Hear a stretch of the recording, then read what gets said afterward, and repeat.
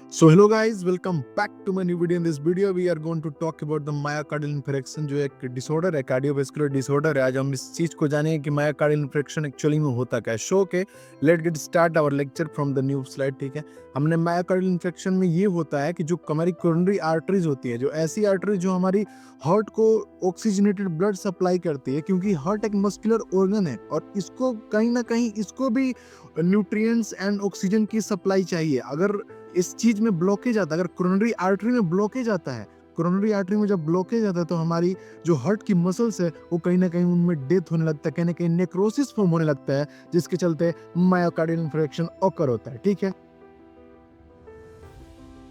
Show के अब हम लोग इंट्रोडक्शन देखेंगे इसका। What is myocardial infarction? Actually myocardial infarction होता क्या है, क्या होता है एक्चुअली? ये इसको हार्ट अटैक के नाम से भी हम लोग जानते हैं। ठीक है, उसके बाद when blood flow to the heart is block causing heart muscles damage. ठीक है, इसमें क्या होता है कि मैंने बताया जो हमारी कोरोनरी आर्टरीज होती हैं उनमें ब्लॉकेज फॉर्म हो जाता है। जब ब्लॉकेज फॉर्म हो जाएगा, देखो यहाँ पे,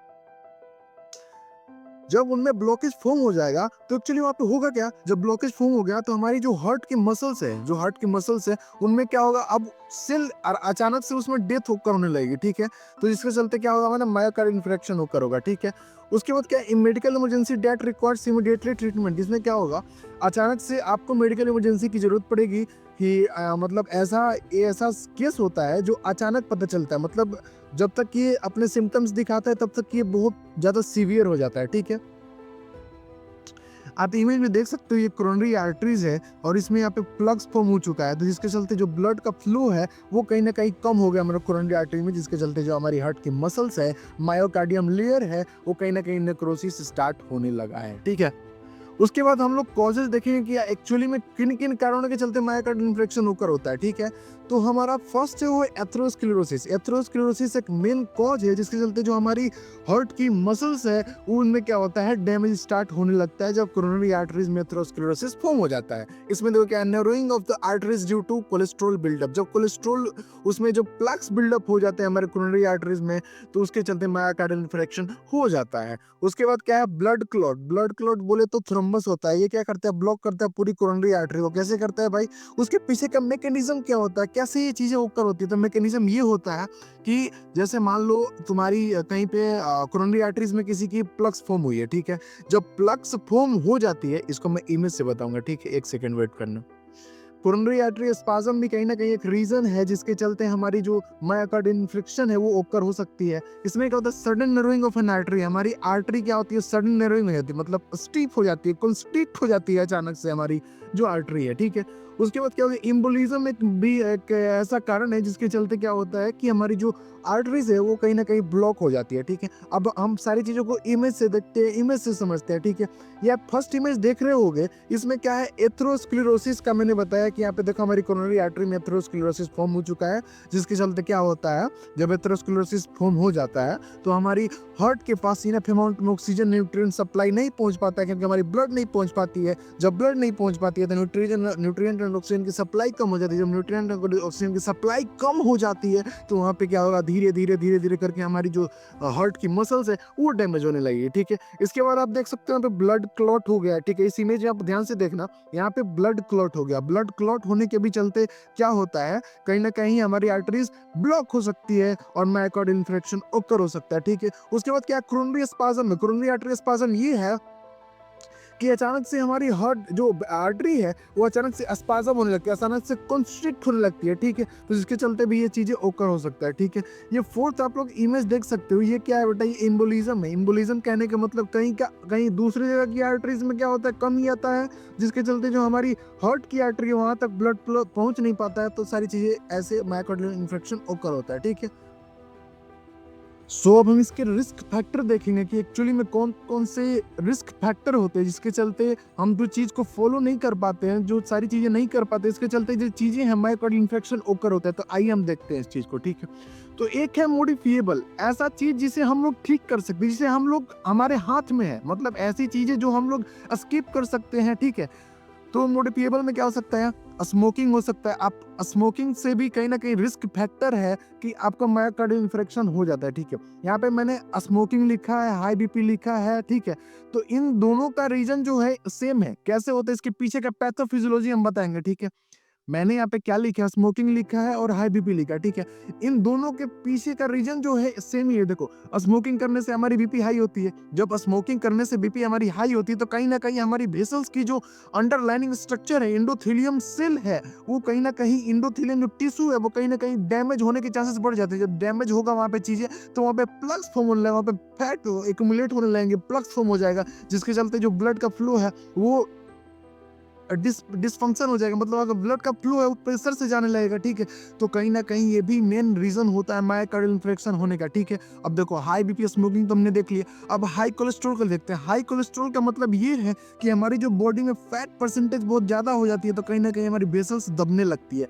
मतलब इंडोथेलियम सेल से जो हमारी वेसल्स, जो इंडोथेलियम टिश्यू से हमारी जो अंडरलाइनिंग वेसल्स की बनी है, वो कहीं ना कहीं दबने लगती है। जो दब जाती है तो प्रेशर जो हमारे ब्लड का फ्लो का वो हाई हो जाता है, जिसके चलते मायोकार्डियल इंफ्रेक्शन ओकर हो सकता है। अब देखो, इसमें लिखा है डायबिटीज भी एक कहीं ना कहीं रीजन है। इसके पीछे का मैं पैथोफिजियोलॉजी बताता हूँ कि डायबिटीज के चलते कैसे मायोकार्डियल इंफ्रेक्शन ओकर होता है। देखो, हमारी जो वेसल्स होती है वो मैंने बताया कि एंडोथेलियम टिश्यू से बनी होती है। अंडरलाइनिंग जो होता है एंडोथेलियम का होता है। जब एंडोथेलियम में एक क्या होता है, एक नाइट्रिक ऑक्साइड रिलीज करता है, प्रोड्यूस करता है नाइट्रिक ऑक्साइड, जो क्या करते हैं, वेसल्स को हमारी वो रिलैक्स करता है, ठीक है।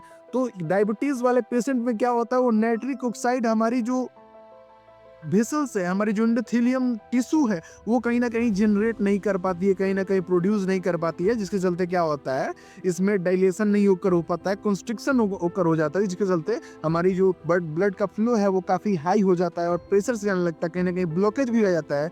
तो कहीं ना कहीं ये भी मेन रीजन है मायोकार्डियल इंफ्रेक्शन होने का। ओबेसिटी मैंने बताया, कोलेस्ट्रॉल और ओबेसिटी का पैथोफिजियोलॉजी मेन है इसके पीछे का कि मायोकार्डियल इंफ्रेक्शन ओकर होने में कैसा है इसका योगदान है, ठीक है। उसके बाद लैक ऑफ एक्सरसाइज और स्ट्रेस। देखो, लैक ऑफ एक्सरसाइज के पीछे का क्या रीजन है। देखो, अगर तुम एक्सरसाइज नहीं कर रहे हो, तब जब एक्सरसाइज नहीं करोगे, जब तुम्हारी बॉडी घूमेगी नहीं, मतलब इमोबिलिटी हो जाएगी तुम्हारी बॉडी में, तो उस कंडीशन में क्या होगा बेटा, तुम्हारी जो बॉडी की फैट परसेंटेज है वो कहीं ना कहीं हाई होने लगेगी, जिसके चलते मायोकार्डियल इंफ्रेक्शन का भी रीजन हो सकता है ओकर होने का। तो उसके पीछे देखो, कोई भी चीज अचानक से नहीं होता, उसके पीछे का रीजन पढ़ो, उसके पीछे का रीजन जानो क्या एक्चुअली में होता क्या। मैं भी बता देता, स्मोकिंग है, high BP, high cholesterol, diabetes, obesity, नहीं, इसके पीछे का पैथोफिजियोलॉजी क्या है, कैसी चीजें वर्क करती है, कैसे हमारी जो डिजीज है उसे कॉज करती है, उसको नहीं जानोगे तो क्या फायदा पढ़ने का, ठीक है। उसके बाद स्ट्रेस है। स्ट्रेस कैसे है बेटा, स्ट्रेस हमारी कौन कौन सी होती है, स्ट्रेस हार्मोन एक होता है, कोर्टिसोल एक होता है, एड्रेनलिन एक होता है, नोराड्रेनलिन, ठीक है। तो इसमें क्या होता है, इन तीनों में जब तुम स्ट्रेस लोगे तो ये सारी चीजें क्या करती हैं, हमारी बॉडी रिलीज करती है। हमारी एड्रेनलिन एक वो होता है, ग्लैंड होता है, तो रिलीज करती है। जब ये चीज रिलीज करेगी ऐसे हार्मोन्स को, स्ट्रेस हार्मोन्स को, तो वो क्या करती है बेटा, हमारी बॉडी में high BP, high pulse, high respiration, ये सारी चीजें ऊपर करती है। तो उसके चलते क्या होता है, जब हाई बीपी होगी तो सेम रीजन है उसके पीछे का पैथोफिजियोलॉजी का, हमारी वेसल्स का टूटने का, रप्चर होने का चांसेस बढ़ जाता है, उसके चलते प्लग्स फॉर्म होगा, तो मतलब सेम प्रोसेस होता है, ठीक है। तो ये सारी चीजों का पढ़ाई करो अब, ठीक है। उसके बाद क्या है, नॉन मॉडिफिएबल। नॉन मॉडिफिएबल में क्या होता है बेटा, ऐसी चीजें जो हमारी हाथ में नहीं, जैसे एज हो गया, जेंडर हो गया, फैमिली हिस्ट्री हो गई, जेनेटिक फैक्टर्स हो गए। एज कैसे हो गया, कोई मान लो ओल्डर एज पर्सन है, ओल्डर एज पर्सन में क्या होता है बेटा, आप ज्यादातर देखोगे कि ओल्डर एज पर्सन में क्या होता है कि उनकी जो डिसऑर्डर्स है, मतलब कार्डियोवास्कुलर, उनको हाई बीपी रहेगा ही रहेगा, कभी कभी हो जाता है। उसके बाद कोई ना कोई कार्डियोवास्कुलर डिसऑर्डर हो जाता है, हार्ट से रिलेटेड डिसऑर्डर हो जाता है। तो कहीं ना कुछ उसके पीछे का रीजन होता है, अगर एजिंग है तो जिसके चलते मायोकार्डियल इंफ्रेक्शन होकर हो सकता है, वो हमारे हाथ में नहीं है, ठीक है। उसके बाद जेंडर है, ज्यादातर मेल्स में देखे जाते हैं कि ये सारी चीजें ज्यादा होकर होती है। फैमिली हिस्ट्री, अगर दादा को है तो उसके बेटे को होगा, बेटे को है तो उसके बेटे को हो सकता है। जेनेटिक फैक्टर सेम है, ठीक है।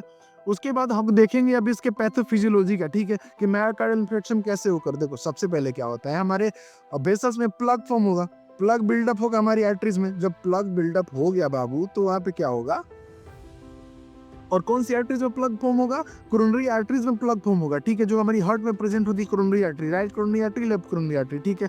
तो उसमें क्या होगा, जब हमारी प्लग्स रप्चर हो जाएंगी, जब प्लग्स रप्चर हो जाएंगी तो वहाँ पे क्लॉट फॉर्म होगा। क्लॉट फॉर्म कैसे होगा, क्योंकि प्लेटलेट जो होते हैं हमारे बहुत जरा स्टिकी होते हैं, तो वो चिपकने लगते हैं, ठीक है। हमारी जो प्लग्स है उनमें जाके चिपकने लगता है, चिपक चिपक चिपक चिपक के ज़्यादा एक्यूमुलेट हो जाएगा, ज़्यादा एक्यूमुलेट जब हो जाते हैं तो वहाँ पे हमारी आर्टरीज है उनको ब्लॉक कर सकते हैं, ठीक है। उसके बाद क्या होगा, उसके बाद का नेक्स्ट प्रोसेस क्या है, ब्लड फ्लो स्टॉप, वहाँ पे ब्लड का फ्लो है वो स्टॉप हो जाएगा, क्योंकि हमारी आर्टरी जो है बेटा ब्लॉक हो गई ना, उसके बाद ऑक्सीजन सप्लाई डिक्रीज हो जाएगा।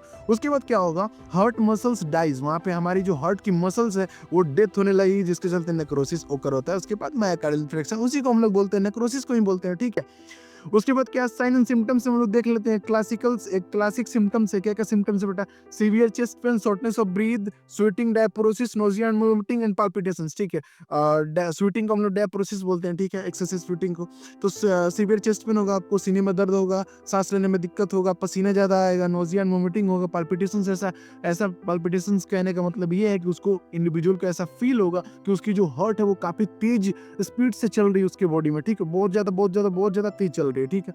उसके बाद एक एटिपिकल सिम्टम्स है जो कि वीमेन में और डायबिटिक वाले पेशेंट में देखने को मिलता है।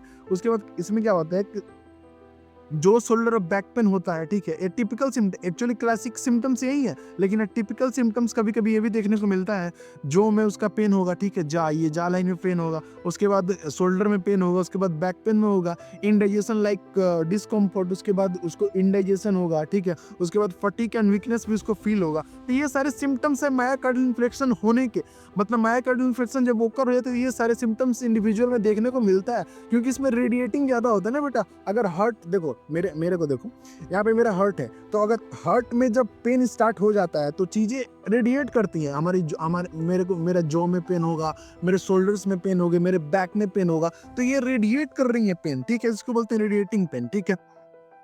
उसके बाद हम लोग टाइप्स ऑफ मायोकार्डियल इन्फेक्शन देखते हैं, कौन कौन से इसके टाइप्स होते हैं।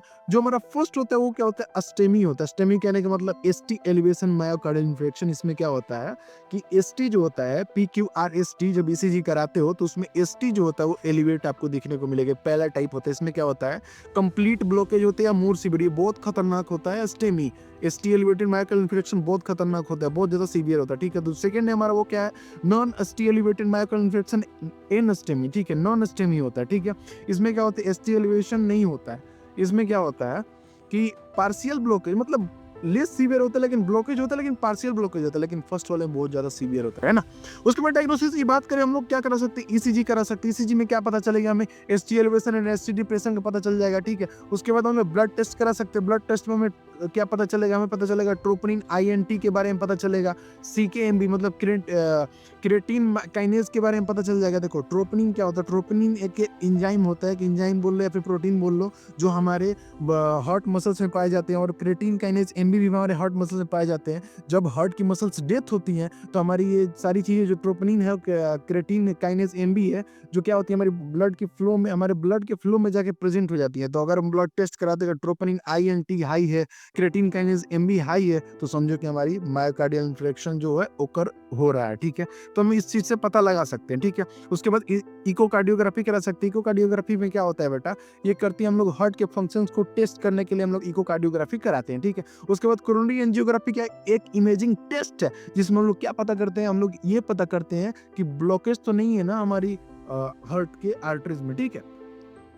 उसके बाद ट्रीटमेंट की बात करें तो इसमें क्या होता है, इमरजेंसी केयर होता है। इमरजेंसी केयर करने का मोना देखना कैसे, एक शॉर्ट फॉर्म है मोना याद करने के लिए। एम फॉर स्टैंड करता है मोर्फिन, ठीक है। मोर्फिन क्या करता है, मोर्फिन एक टैबलेट आता है जिससे पेन रिलीफ हो सकता है, उसको जो सीने में दर्द है तो उसको आराम मिल सकता है मोर्फिन टैबलेट से, ठीक है। उसके बाद ऑक्सीजन है, ऑक्सीजन हम लोग दे सकते हैं। ऑक्सीजन कहने का मतलब ये है कि उसका जो इंक्रीज हो जाएगा ऑक्सीजन सप्लाई, अगर ऑक्सीजन सप्लाई देते हैं, ठीक है। उसके बाद नाइट्रोग्लिसरीन एक ऐसा टैबलेट है जो क्या करता है बेटा, हमारी ब्लड वेसल्स को ओपन करता है, मतलब हमारे ब्लड वेसल्स को डायलेट करता है, ठीक है। उसके बाद एस्पिरिन क्या है, एस्पिरिन क्या करती है, हमारी जो क्लॉट फॉर्मेशन होती है उसको क्या करता है, प्रिवेंट करता है, उसे रोकता है। तो मोना आप याद करना, M for morphine, O for oxygen, N for nitroglycerin and A for aspirin, ठीक है। अगर बात करें सर्जिकल इंटरवेंशंस की, अगर मेडिसिन से ये चीजें ठीक नहीं होती हैं, मायोकार्डियल इन्फेक्शन एक्चुअली मेडिसिन से ठीक भी नहीं होता है, ठीक है। तो एक्चुअली कौन कौन से सर्जरी इंडिविजुअल कराते हैं, डॉक्टर कराते हैं, क्या क्या कराते हैं भैया। जो फर्स्ट है वो एंजियोप्लास्टी, एंजियोप्लास्टी को शॉर्ट फॉर्म बोलते हैं PCI, ठीक है।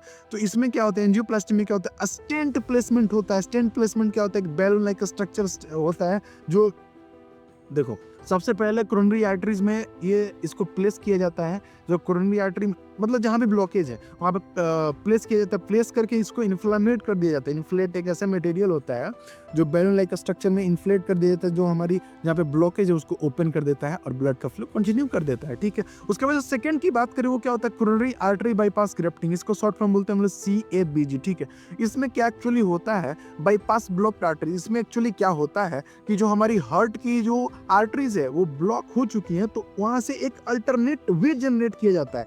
उसके अलावा एक ऐसा वे जनरेट किया जाता है, उसके बगल से ऐसा वे जनरेट किया जाता है जहां से ब्लॉक है वहां तक छोड़ दिया जाता है। उसके ऊपर से एक और अलग से आर्टरी, दूसरे बॉडी पार्ट्स की आर्टरीज, मतलब हमारी इंडिविजुअल की, उसी इंडिविजुअल की बॉडी की दूसरी पार्ट की आर्टरीज इसमें कनेक्ट कर दिया जाता है और ब्लॉकेज वाला वहीं पे रह जाता है और अलग से एक वे जनरेट कर दिया जाता है, जिसके चलते जो ब्लड का फ्लो है वो एक्चुअली में कैरी हो सकता है और ऑन हो जाता है, ठीक है।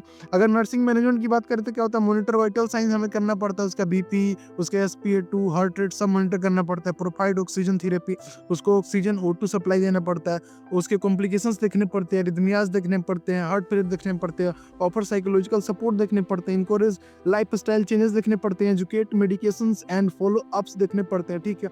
उसके बाद मॉनिटर रिहैबिलिटेशन प्रोग्रेस देखना पड़ता है, ठीक है। उसके बाद क्या करना पड़ता है, उसके बाद देखो ये कॉम्प्लिकेशंस है। कॉम्प्लिकेशंस में ये है कि अगर हम मायोकार्डियल इन्फेक्शन को ट्रीट नहीं करते, उसे ठीक नहीं करते, उसको सर्जरी नहीं करवाते हैं, तो हमें क्या क्या चीज़ें और देखने को मिलता है बाबू।